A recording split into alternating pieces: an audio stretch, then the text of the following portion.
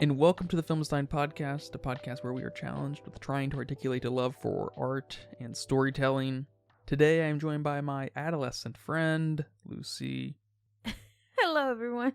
I'm glad everybody could join us today. Thank you guys for being here, because today we will be talking about Sean Wang's 2024 release, Dìdi.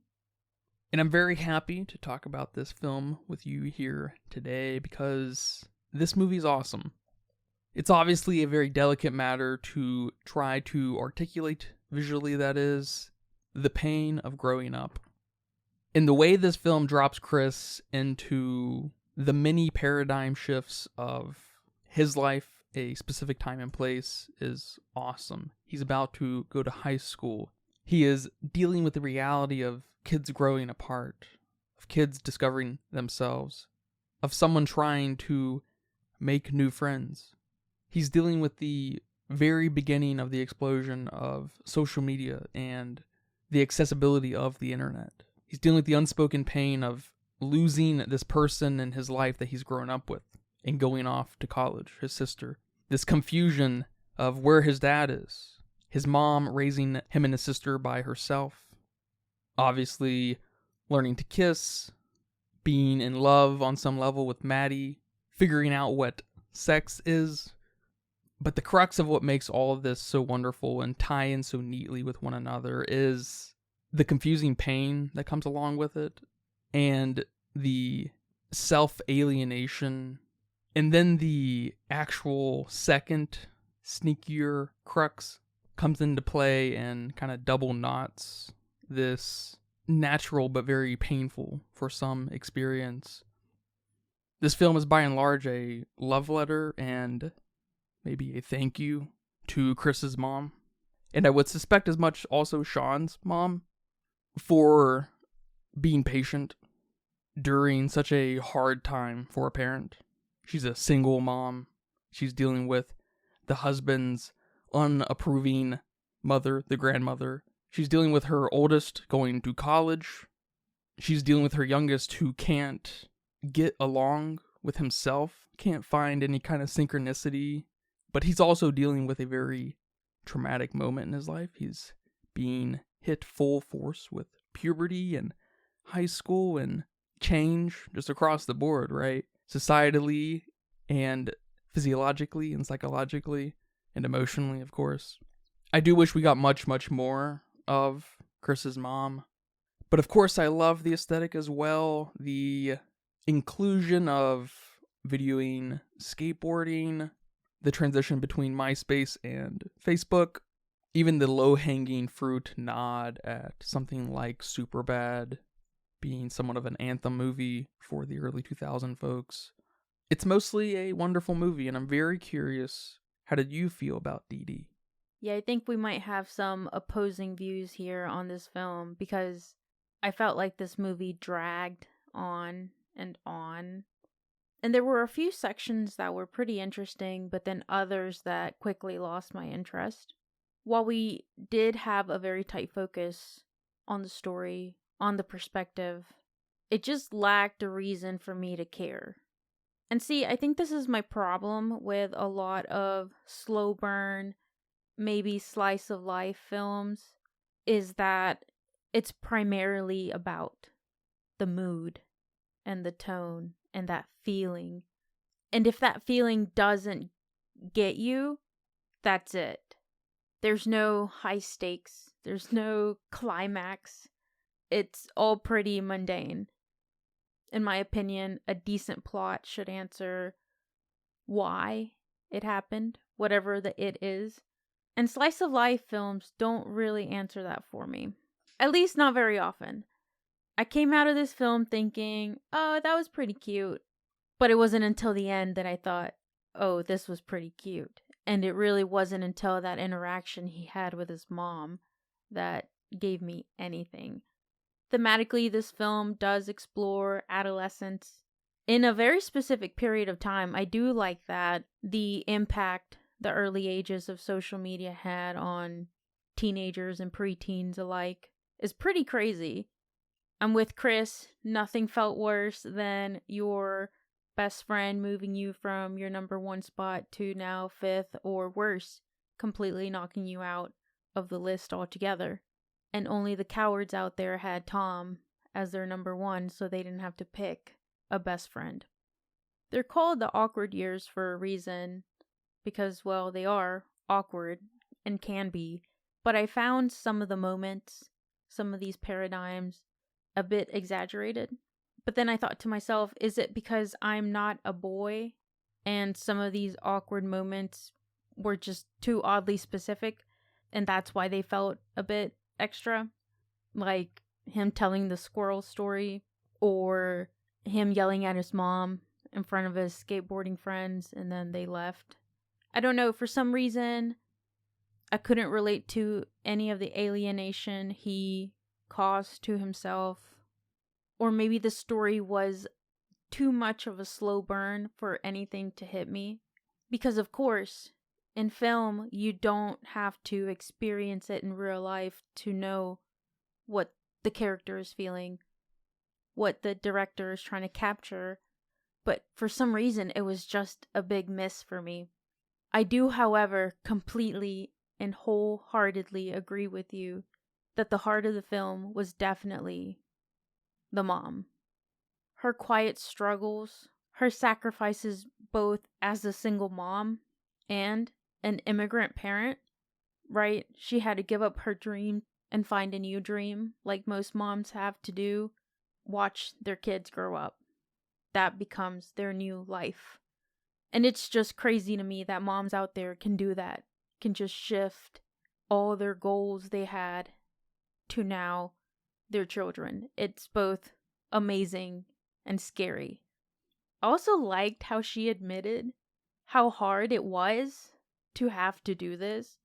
It's rare when moms tell us, in film and real life, that their sacrifice was hard. That it was hard to watch these kids with attitudes that don't really get the big picture. The mom definitely grounds the film and grounds Chris's life in so many ways. But it feels very quiet, and I'm not sure how I feel about that. I don't know if I needed more of the mom, or if I needed Chris's perspective to just switch a little bit to fully capture that story of his mom being the heart of the film. Because I love that the title of the film is Dìdi, and that's what his mom calls him. But it really wasn't until the end of the film that I could feel that.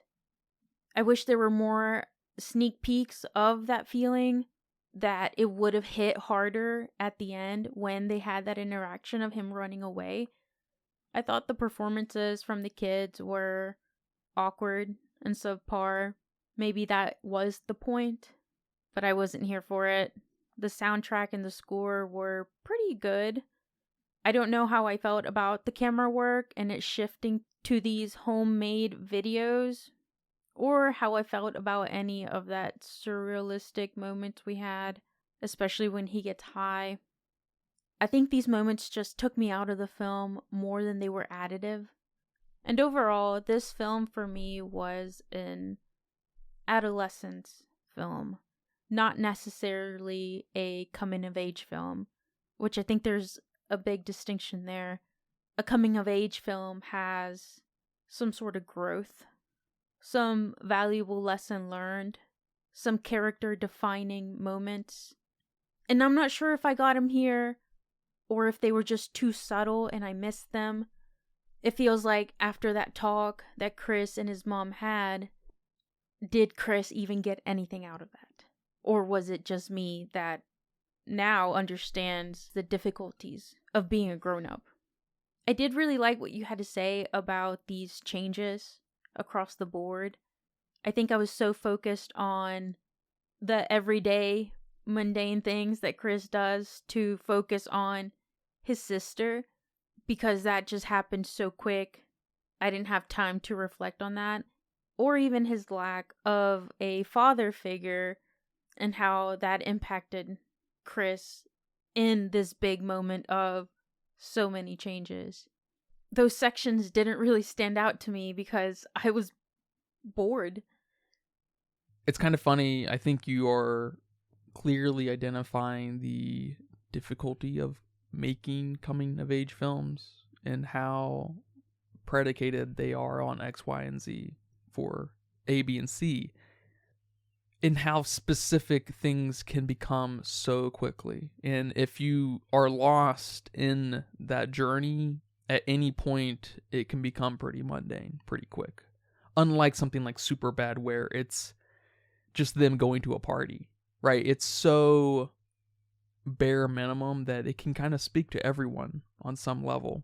The biggest hurdle in Superbad's obviously the humor and language, right? And it's kind of funny to hear you say some of that too, because I also believe there's a little bit of a meta narrative happening here. And that, I think, can make the point more questionable than it already was.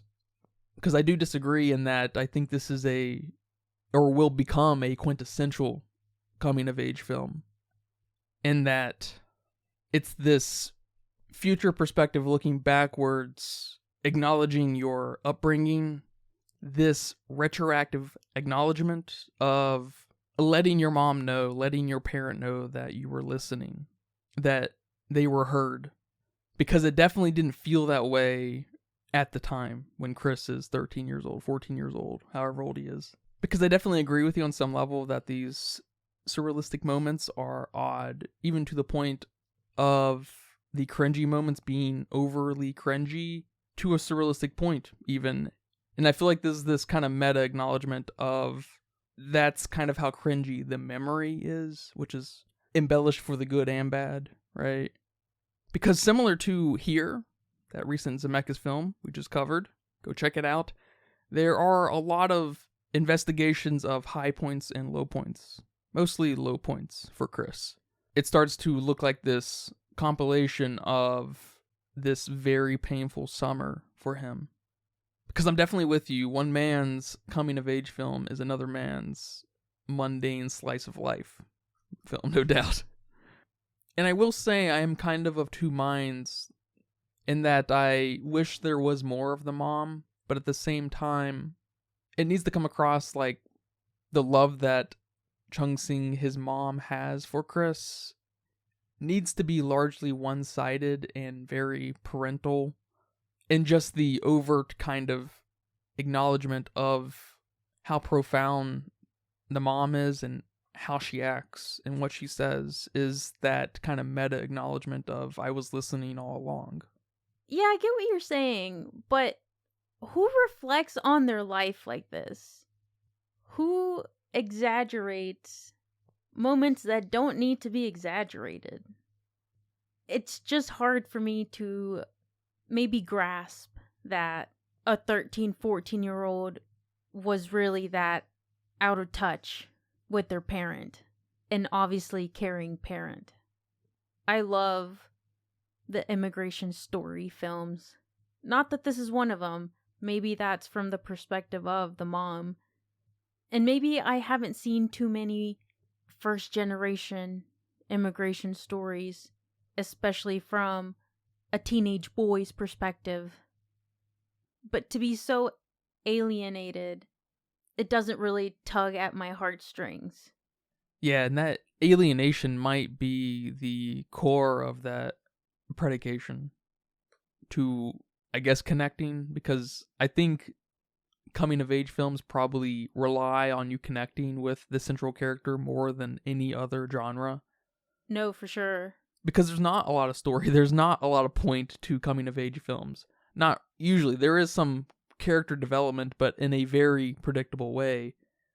Very anticlimactic at the very least, right?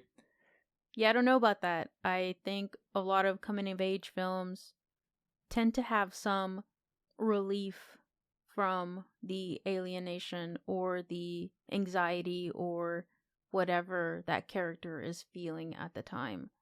And I guess you could say that we got a little bit of that when Chris goes to high school and gets that nod of acknowledgement from his friend. Sure. But I don't know. Now, I'm not saying we get that proper relief out of Chris. The relief comes more from the angle of the meta-narrative in that, I guess the kind of ultimate lesson is to just be patient, but learned in kind of a retroactive way with his acknowledgement of his mom. Because you're right, the, I guess, major trope of the coming of age story is finding yourself, finding your place, being okay with yourself. This film does lean a little bit more slice of life than your typical coming of age film, maybe. But I think it's to the point of kind of embracing that this is a process.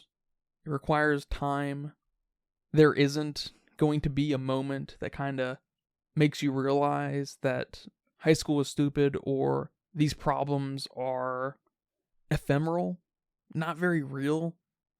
Because these little anxieties we get at 14 years old aren't very real.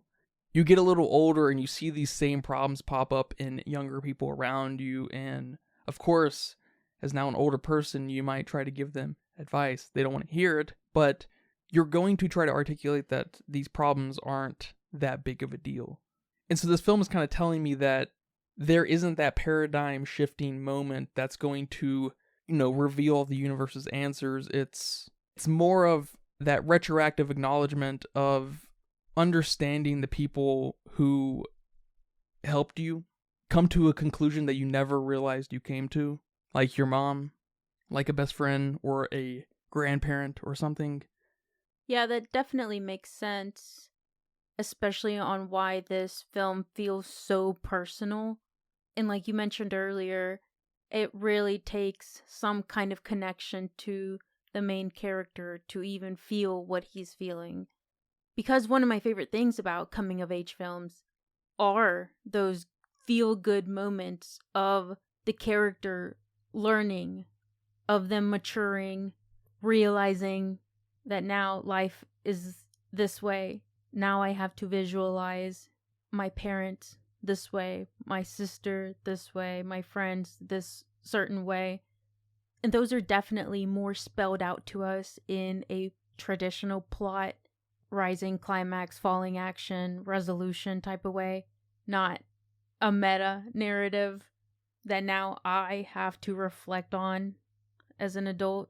I will also add that it's not just Chris's acknowledgement, Sean's acknowledgement of him listening and hearing and seeing his mother, and kind of to your point, but also understanding that it was difficult for her. For sure, and that's a lot of my issues with the film, is that we had something there with the mom that I just wish was explored a bit differently. I'm not sure how, because I do love the subtlety, the quietness to her from Chris's perspective. I think that's super important.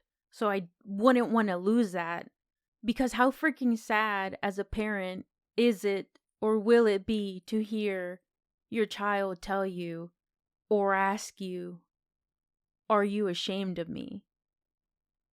It almost wants to make you double take, because what the heck are you talking about, child?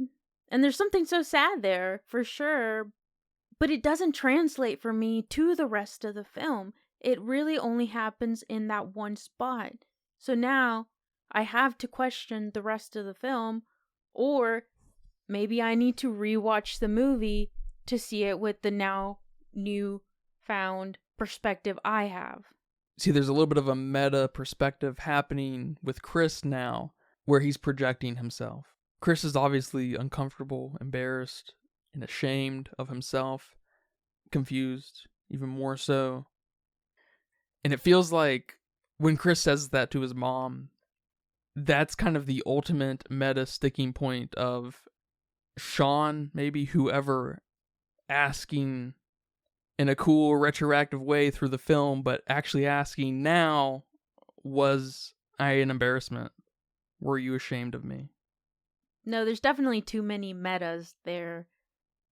And it just leads me to think, why am I not asking myself any of these things from my childhood, from my parents? I don't know, maybe this is a form of therapy?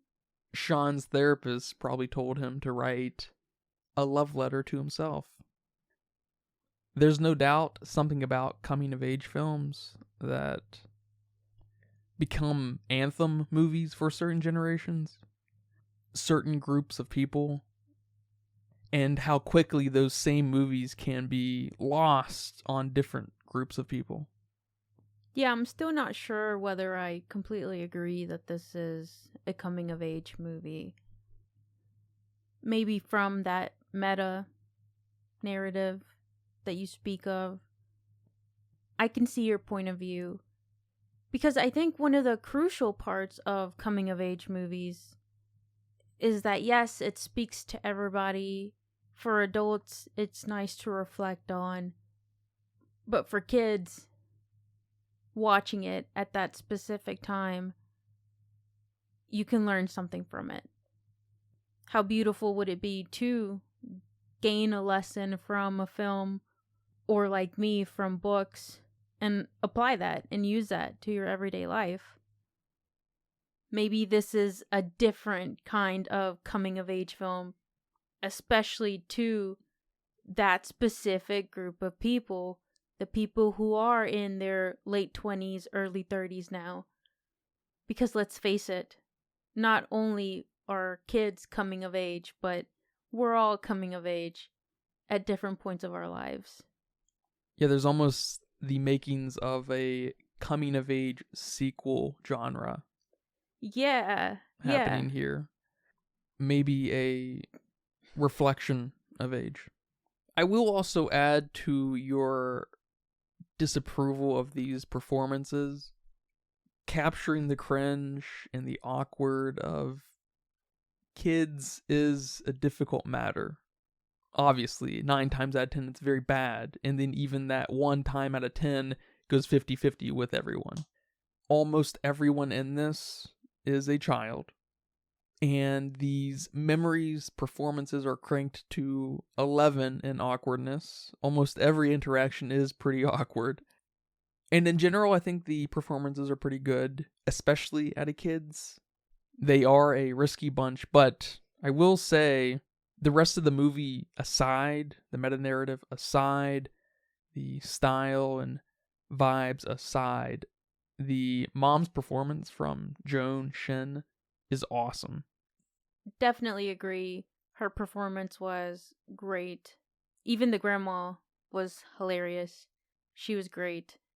But some of the interactions between Chris and other characters felt super awkward. And after talking about it with you, yeah, it makes sense because he's trying to exaggerate that awkwardness.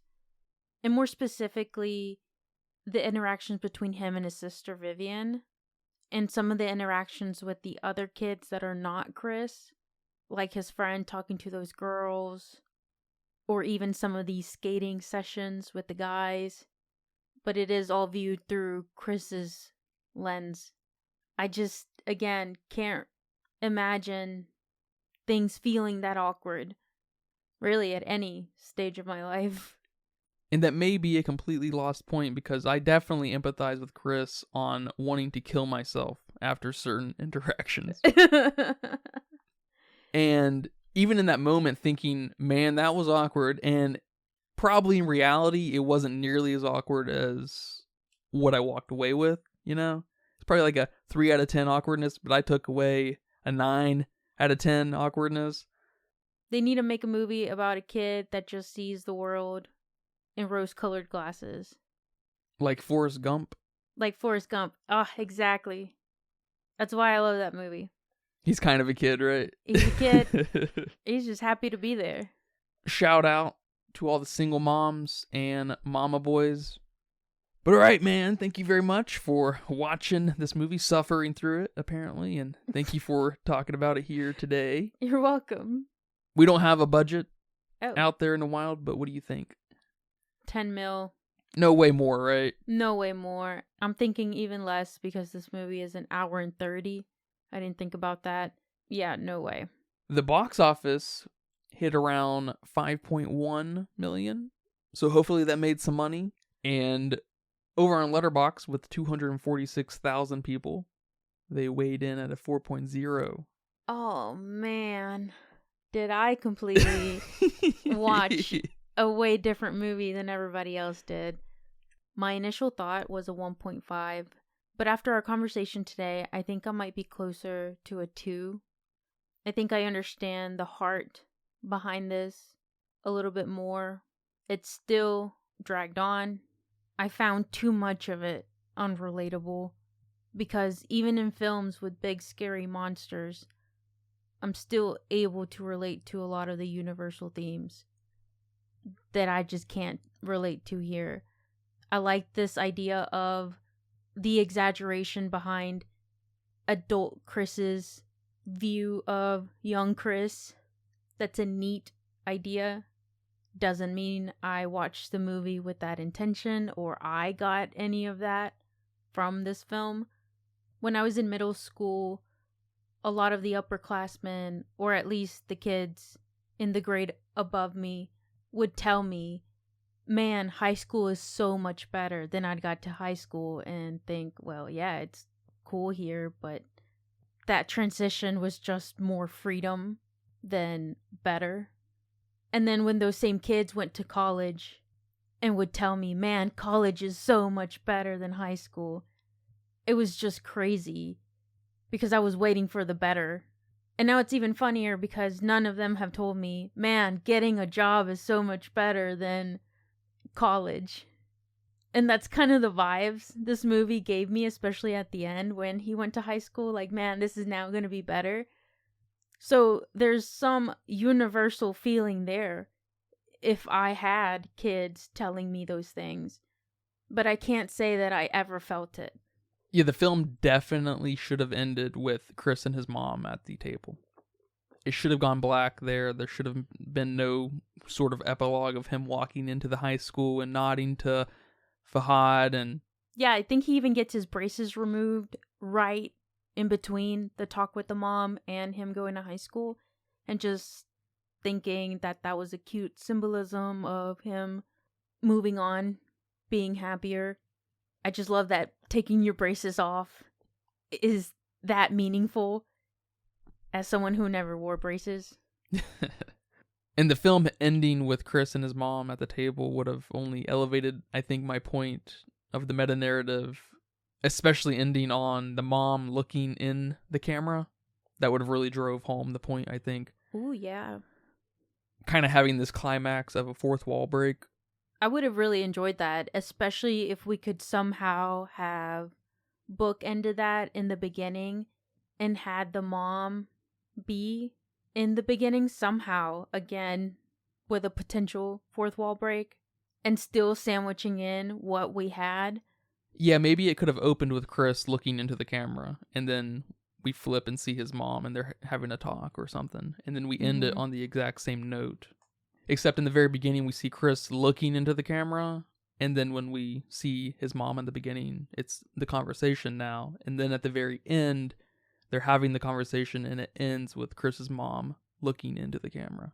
Well, we do have Chris looking into the camera at the beginning. I think it's him looking in the camcorder from one of his silly little YouTube videos.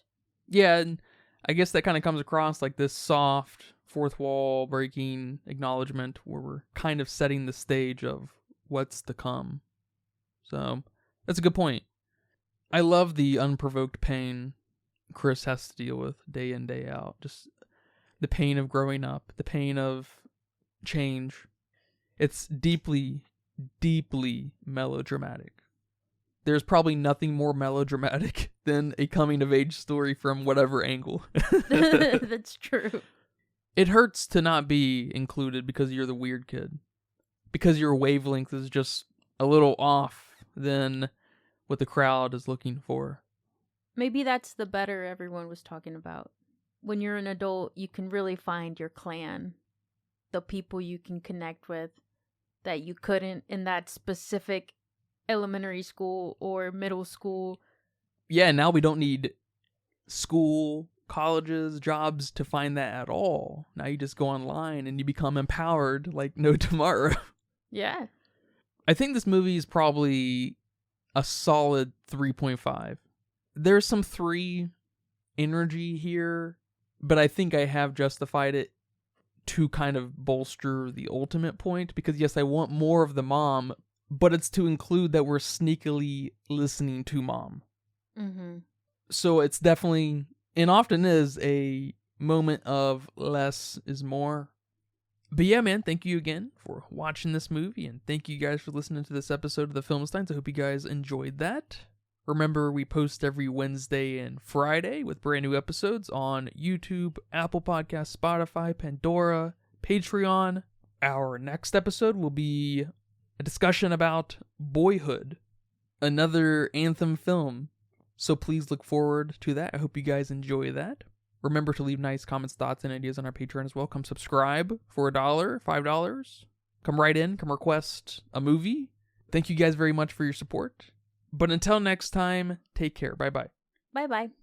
And that's a wrap for today's episode of the Filmsteins. Thanks for tuning in and joining us on our cinematic journey. We hope you enjoyed the discussion and gained some new insights and perspectives on the world of movies. Don't forget to subscribe to our podcast on your favorite platform, especially Patreon at patreon.com/Filmsteins, and follow us on social media for more film-related content. We love hearing from our listeners, so if you have any feedback, suggestions, movie recommendations, or book recommendations, please feel free to reach out to us. Until next time, keep watching and keep loving the magic of movies. This is the Filmsteins signing off.